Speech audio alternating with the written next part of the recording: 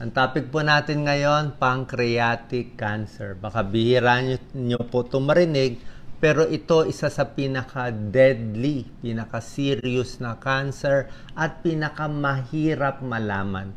Pinaka-mahirap ma-detect itong pancreatic cancer na to. Dahil dito maraming mga sikat na mga artista naging biktima na ng pancreatic cancer. Si Steve Jobs, yung gumawa ng Apple na cellphone, ayan no, namatay siya pancreatic cancer, age 56. Mga sikat na artista, favorite ko, Patrick Swayze, Dirty Dancing, Ghost, namatay siya pancreatic cancer, age 57 lang. So 56, 57. Ito, kapanahunan ko, Michael Landon, 54 years old lang siya namatay. So, ang daming mga sikat na tao na mamatay dito kasi nga hindi siya ma-detect, hindi mo mahuli-huli. At isa pang problema, dumadami ngayon na may pancreatic cancer. Pataas ng pataas. Hindi ma-explain. Baka sa diet natin, sa fast food, at yung mga screening kasi hindi natin mahuli agad. Wala talagang test. Yan. So, anong trabaho ng pancreas? Pancreas, tawag dyan, lapay. Nandito yan sa tiyan natin. Nasa likod eh. Nakatago. Malapit na sa spine natin yan eh. So, malalim siya. Tapos, ang pancreas, ang trabaho niya, gumagawa siya ng hormone, insulin, para makontrol yung blood sugar. Nagagawa siya ng mga enzymes, yung mga chemical na pangpatunaw ng kinain natin. Kung marami tayong kinakain, kanin, ulam siya, taga-tunaw. Tulong siya sa tunaw. Kasama niya yung gallbladder. Ang problema nga, nakatago dito yung mga bukol. Nakatago. Early stage ng pancreatic cancer, pag tumutubo na yung cancerous doon, hindi makikita ng test. Sa ultrasound nga, hindi makikita. Oo. Tsaka mahirap gamutin. Ayan. So, ito itsura ng pancreas. Oh, nakatago siya dito. Dito yung cancer. May pangalan pa tong pancreas eh. May mga area na binabanggit ng mga doktor. Tinawag nila yung malapit dito sa may kanan, head. Merong neck, merong body, merong tail. Karamihan ng cancer nasa head and neck parts. Kaya tatanggalin to o operahan ng maaga kung mahuhuli ng maaga. Dumadami ang pancreatic cancer sa Amerika daw, magiging number 2 cause of cancer death by 2030.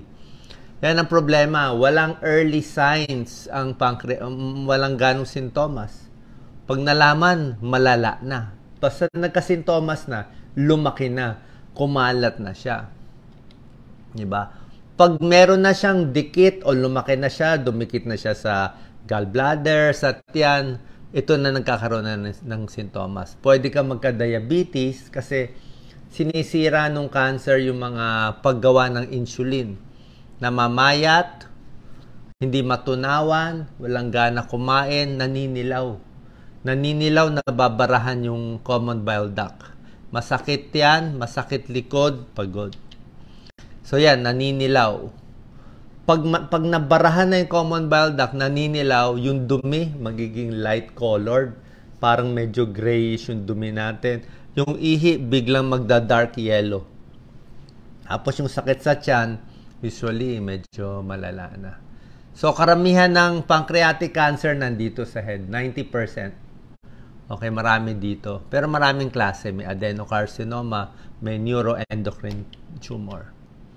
Ano risk factor? Sino tatamaan nito? Ayan o, sa diet. Kung unhealthy ang diet natin, mas gulay, mas prutas, mas lutong bahay, mas hindi tatamaan ng cancer. Hindi lang pancreatic cancer. Mas payat, mas okay. Lalaki, mas marami konti. Kakita niyo yung mga example ko, halos puro lalaki. May lahi. Pag may lahi kayo ng cancer, mataas yung risk. Smoking, alcohol, diabetes, at yung dati nang may pancreatitis, yung namamaga yung pancreas. Mahirap siya ma-detect. Kailangan mo pa ng mga CT scan, MRI, PET scan. Kaya lang, hindi mo naman to gagawin sa walang sintomas eh. Diba? Mahirap. Ito. Ano ang komplikasyon? Ito ang komplikasyon. Ang problema dito sa pancreatic cancer, tulad sa examples ko, di ba, sila Patrick Swayze, Steve Jobs, 50s pa lang, namatay na dito. Hindi na nila mahabol yung cancer. Kumakalat kasi sa kulani, sa blood vessel, didikit sa liver, didikit sa lungs. Yun ang problema. So, pag nag-complicate na to, magbabara na yung bile duct. So, hindi na dadaan yung bilirubin. Yan po, kaya nga naninilaw na sila. Pag nahuli na pag sumakit na yung tiyan, ito yung ipagdarasal natin. Pag nahuli ng maaga, operable. Pwede operahan, resectable. Pag medyo may kalat na siya, hindi na maoperahan. Chemo na lang. Kaya lang, hindi rin maganda result. Resectable siya kung nandito pa lang yung bukol.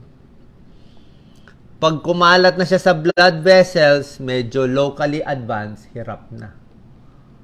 Pag kumalat na sa ibang lugar, ay hindi na pag lumampas-lampas na, hindi na maoperahan. Basta banda rito lang siya, kaya pa. Ito po ang procedure. Ito magaling talaga ang siyensya. Ito yung mga magagaling na surgeon. Pag may pancreatic cancer at kaya pa operahan, ito ang tawag sa procedure. Explain ko sa inyo. Actually, very interesting to. Whipple procedure. Ang Whipple procedure, tignan nyo to. Ito stomach natin, okay? Ito duodenum, papunta to sa small intestine. Duodenum, jejunum, small intestine, bago large intestine. Yung pancreas nandito sa gitna, ayan yung pancreas. Nandito yung bukol. Nandito yung liver sa taas, nandito yung gallbladder, may bile duct. Ayan. So pag nagka-cancer ito, syempre may kalat-kalat na konti yan. Ang daming puputulin, ang daming tatanggalin. Itong lahat ng kulay blue na to, tatanggalin lahat. Ang stomach, parte ng stomach, tatanggalin. Duodenum, yung letter C ng small intestine, tatanggalin. Part ng jejunum dito, tatanggalin. Yung pinaka-pancreas, head and neck, tatapyasin, tatanggalin lahat. Okay? Pati itong bile duct, itong gallbladder nga, matatanggal din. Ayan, oh. Pag tinanggal mo ito lahat, parang jigsaw puzzle, i-connect ng doktor. So, itong jejunum na mababang small intestine, hihilahin pataas, hihilahin, gagawin ganitong shape, o U-shape, ididikit. So, itong hinatak nila, ididikit niya sa bile duct. Ayun, yung bile duct dinikit sa jejunum, kaya tinawag choledochojejunostomy. Yung tiyan na naputol, ididikit sa jejunum para tuloy-tuloy yung pagkain, kaya tinawag gastrojejunostomy. At yung pancreas na tinira, yung natitira na lang pancreas na body and tail, kalahati na lang itong pancreas, ididikit mo rin dito sa jejunum, kaya pancreaticojejunostomy. So, tatlong pinagdikit. Nawala na to, ito na yung bagong daanan. Na shortcut yung matagal itong operasyon. Alam ko, dati mga 10 hours. So, kailangan gawin para humaba buhay. Kung maoperahan pa. Okay? So, pray natin. Maganda, alam natin to. So, tigil na alak, tigil sigarilyo, olive oil, mas maganda, exercise, lose weight, healthy fruits and vegetables, maraming tubig, bawas sa sugar. Ito yung mga root cause na iiwasan natin, di ba? Yung mga diet, diabetes, alak, may mga toxin sa pagkain, hindi natin alam kung ano yun eh. Vitamin D deficiency, folate deficiency. Ito mga healthy foods, hindi naman to proven. This is not proven, pero wala naman masama kung mas healthy ang kakainin natin. So ito po, yung mga sikat na mga tao na hindi rin nalampasan to. So, pray natin na hindi tayo mabot dito, kumain tayo ng mas masustansya. God bless po.